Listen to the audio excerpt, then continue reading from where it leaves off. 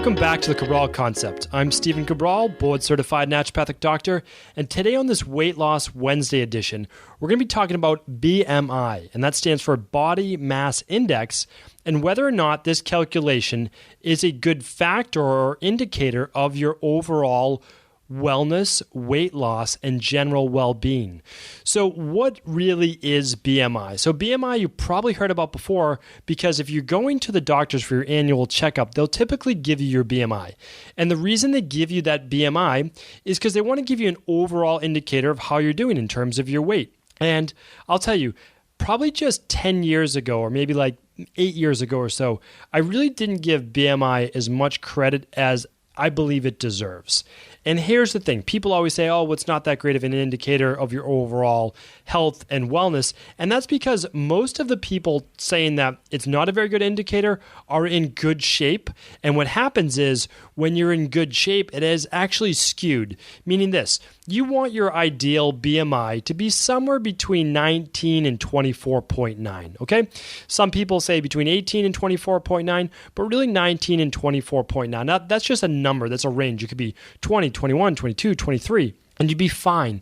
Under that means you're essentially underweight and potentially undernourished, and over that, you're overweight. And then once you get to certain levels with BMI, you'll also see that once we get over the 30-point mark, 33-point mark, depending on which chart you're looking at, you're going to be considered obese. Now, I look at it this way, because I looked at BMI when I was doing this, 18, 20 years ago. The true indicator, what's always been kind of the gold standard, is 19 to 24.9. 25 to 29 is considered overweight. 30 plus was always considered obese. And now there's a new category, which is 40 plus in BMI, and that's considered extremely obese. Now, in a minute, I'm going to tell you exactly how you can calculate your own ratio. But what I wanted to tell you was, it's pretty straightforward. The people who complain about BMI are those people who typically have a very good body fat, meaning like their body fat is somewhere between maybe 14 and 18% for guys, or maybe even lower for bodybuilders, and for women, somewhere between 18 and 24. Now, your body fat really does trump everything, and so does your waist-hip ratio. So if you have a very good body fat percentage, you don't have to worry about your BMI as much. It still matters in terms of overall weight, but it does not matter as much. Now, for everyone else, your average person who isn't a bodybuilder, who's just not in tremendous shape, BMI is very important, because BMI, when high, when over 25 or above, your risk of developing high blood pressure, heart disease, high cholesterol, high LDL, metabolic disease, type 2 diabetes, sleep apnea, osteoarthritis, infertility, GERD, incontinence, all of these things go up, and so does cancer as well. All of those things go up. And cancer actually goes up pretty straightforward. Cancer will go up because when you have excess fat, fat produces excess estrogen, and estrogen has been shown to be increased in breast cancer, endometrial cancers, many other types of cancers for both men and women, and that's because fat cells also produce certain hormones called adipokines, and adipokines actually can stimulate cell growth. And when this happens, cell growth can become out of control, and that can also lead to cancer. So you have to look at the whole equation. When you're overweight and your insulin levels aren't as regulated as well as they should be, meaning blood sugar is not as regulated as well as it should be, that can also increase tumor growth. So very, very important stuff to look at. And it's as simple as looking at this equation to find out what your BMI is, and then to try to get it back into that 19 to 24.9 equation. But it's honestly been used for years. It's one of the first things that I just look at for overall health. And then, of course, we assess waist-to-hip ratio. You do want your waist and your hips to be in a good size as well. So what is that good size? Well, typically, we're looking for under 30. I look for under 36 inches in men, but the research shows under 40 inches men, so 39 inches or less, and for women, less than 35 inches for the waist. Even more important is that you take your waist and then you look at that against your hips, and your hips should be larger than your waist. So we can go through those ratios another time. I believe I've already talked about that as well. Let's stay on BMI today. So we have this 19 to 24.9 for normal weight, 25 to 29.9 for overweight, 30 or higher for obese. And as we go up and up, the health risks continue to go up. So now let's talk about how do we figure this out? Well, the equation it's complicated, but I'm going to make it really easy for you. So the original equation for BMI was always weight in kilograms over height in meters squared. Now, obviously, that sounds pretty complicated to figure out, especially from the US. You need to put your weight into kilograms, and then you need to divide it by height in meters and square that first. So there's another equation where if you're in the US, you can also say, well, you're going to take your pounds, and then you're going to divide that by your height in inches squared, and then you multiply that by 703.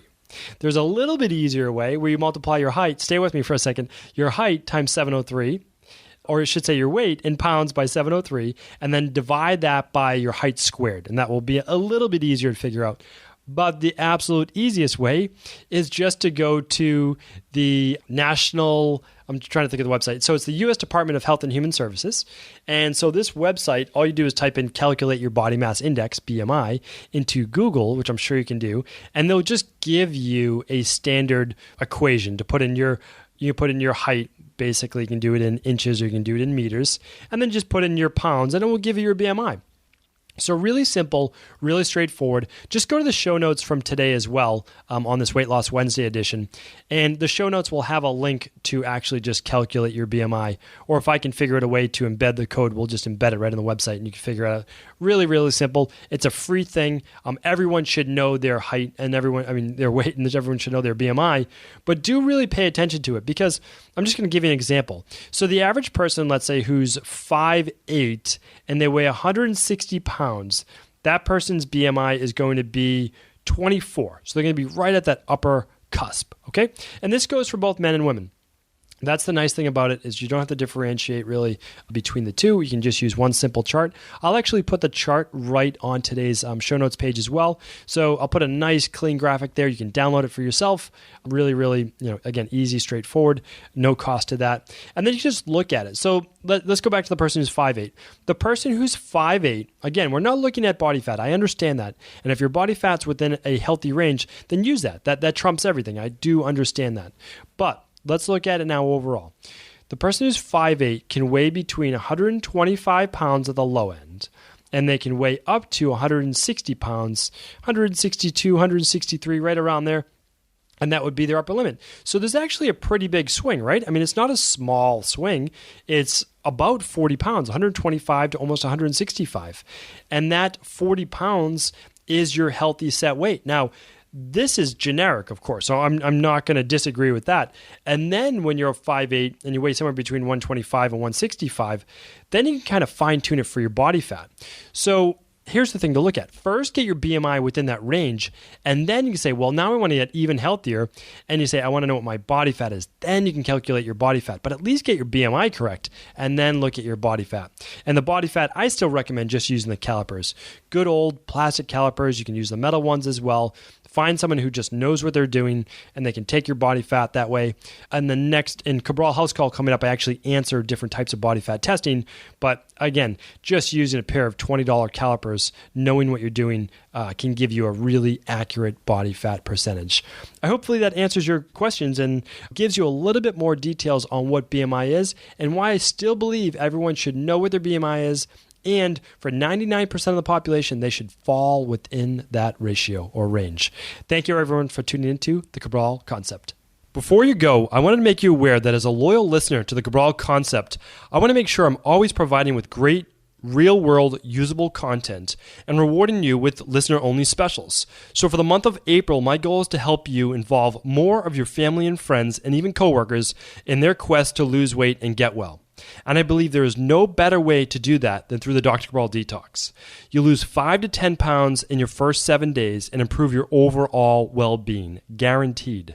So this month, I'm going to take $20 off the 14 or 21-day Dr. Cabral Detox so that you can share the 14-day with one friend or family member and the 21-day with 2 friends or family members. It's more motivating to do the detox with someone else, and I know you'll both be happy you did. Come join our Dr. Cabral Detox community and change your body, change your life. To take your $20 off, just enter the promo code APRIL20, all lowercase, at checkout.